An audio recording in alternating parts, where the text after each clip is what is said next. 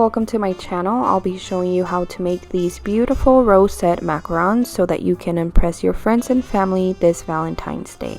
If you find this video helpful in any kind of way, go ahead and give it a like, share, and subscribe.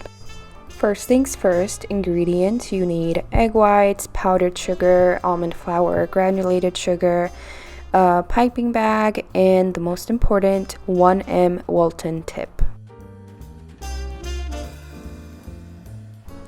Whip your egg whites until they get frothy and turn white.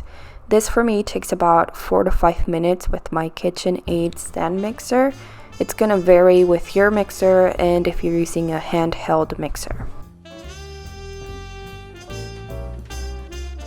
Once your egg whites get frothy and turn white like this, sprinkle in half of your granulated sugar and whip for another 2 minutes. After those 2 minutes, add the second half of your granulated sugar and mix for another 2 to 4 minutes. Then check the consistency of your meringue. At this point, the meringue has been beaten for about 10 minutes. So you can see here that we are at stiff peaks, but I like to take it a little bit stiffer than this. And this is the point where I add my food coloring.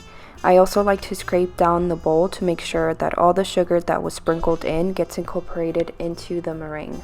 I love using powdered food coloring for my macarons. Gel food coloring works great also if you can't get your hands on powdered food coloring. The only thing with gel is if you add too much, it's going to change the consistency of your batter. So you do have to be careful with how much food coloring you add. I do not recommend using liquid food coloring because that definitely can mess up your batter. Once you add your food coloring to the meringue, you can increase the speed on your mixer to 6 and whip until you can see that the meringue is clumping up into the whisk. As soon as you see that, you want to go ahead and stop mixing.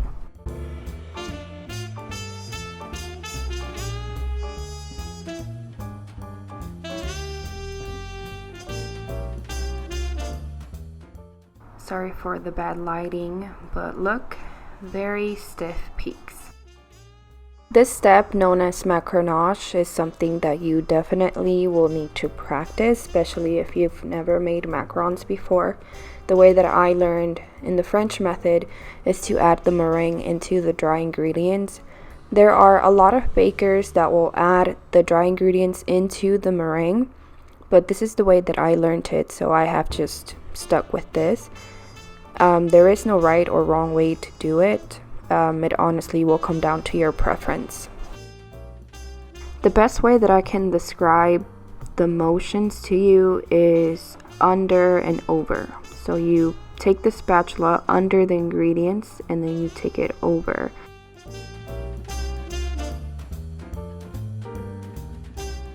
As you do the under and over, periodically you do want to press down a bit when you do the over. So you do under, over, press down, under, over, under, over, under, over, press down, press down. I feel like that should be a song. I think that'll make it easier as you're macronaging. Under, over, press down, under, over, press down, under, over, press down, press down. And as you keep doing that, you will see that eventually all the ingredients start coming together.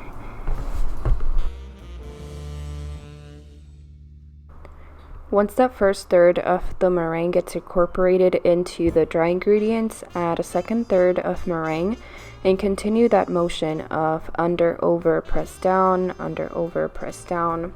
So keep doing that until that part of the meringue gets incorporated, and then add the last bit of meringue.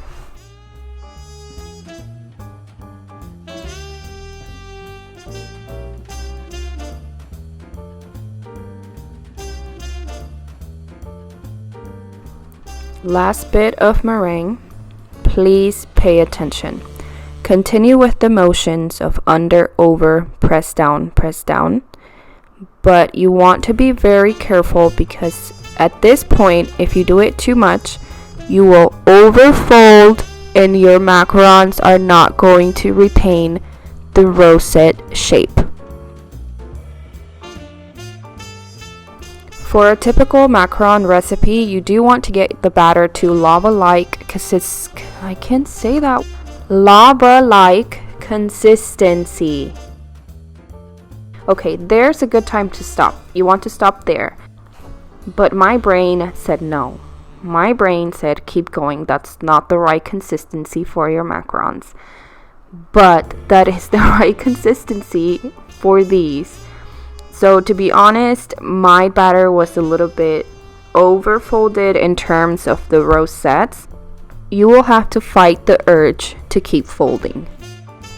The easiest way to put your batter into your piping bag is twisting the end of the bag where the tip is. Twist it so that the batter doesn't just flow out, and use a cup to hold your bag.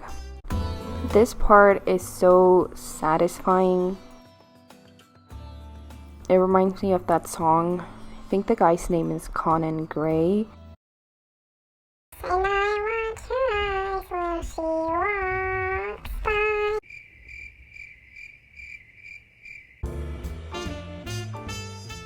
You want to keep equal pressure throughout. So you're squeezing from the top and then going around with the help of the template and then releasing the pressure. So pressure around, release pressure, and flick up. Once they're all piped out, let them rest for about 15 to 30 minutes. It will depend on the humidity in your area, but you want to let them dry until they form a skin on top, and when you touch them, they're no longer sticky. I set my oven to 300 degrees Fahrenheit and baked them for about 18 minutes, but the time and temperature will depend on your oven. So if my time and temperature does not work for you, you will need to find what temperature and what time works best for your oven. While your macarons are in the oven, prepare your filling. I used leftover vanilla buttercream for these, so I did not record the making of the filling, but here's a TikTok video of mine that shows the recipe for vanilla buttercream. Once you get them out of the oven, you have to let them cool down. If you try to pull them off the mat before they're cooled down, then they're going to stick to the mat. They should easily pull off the mat or your parchment paper. If they're sticking, that means they need a little bit longer baking time, or you need to let them fully cool down before you peel them off.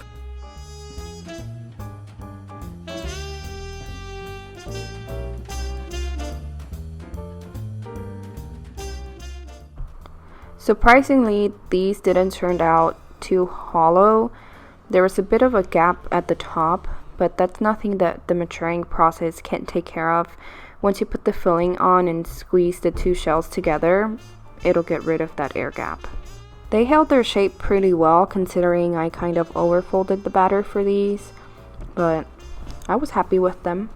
This part is optional. I wanted to add a touch of gold to them, so I used Wilton Gold edible glitter and some lemon extract to make an edible paint that I could use on top of them.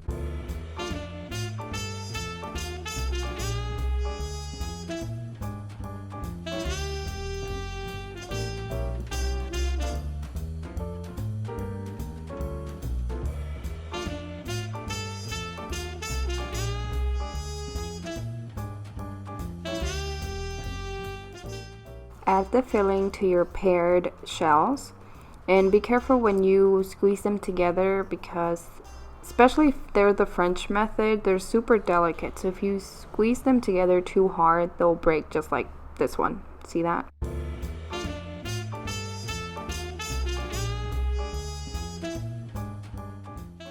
And there you have it.